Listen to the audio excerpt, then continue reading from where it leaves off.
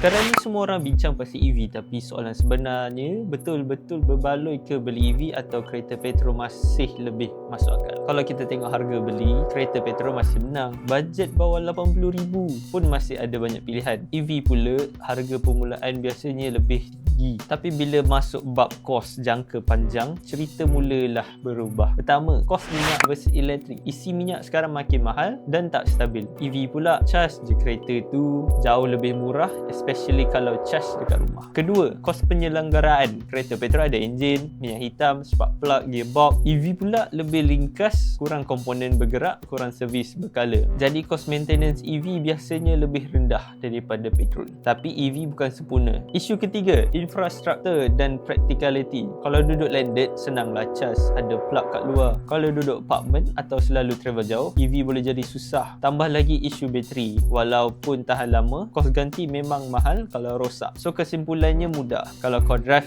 dalam bandar, jarak harian pendek dan boleh charge dekat rumah, EV lebih jimat jangka panjang. Tapi kalau kau nak kereta murah, fleksibel dan tak nak fikir pasal charger, kereta petrol masih relevan pada masa sekarang ini. So sekarang ni bukan soal EV lawan petrol, dia soal cara kau hidup. Cuba korang komen di bawah.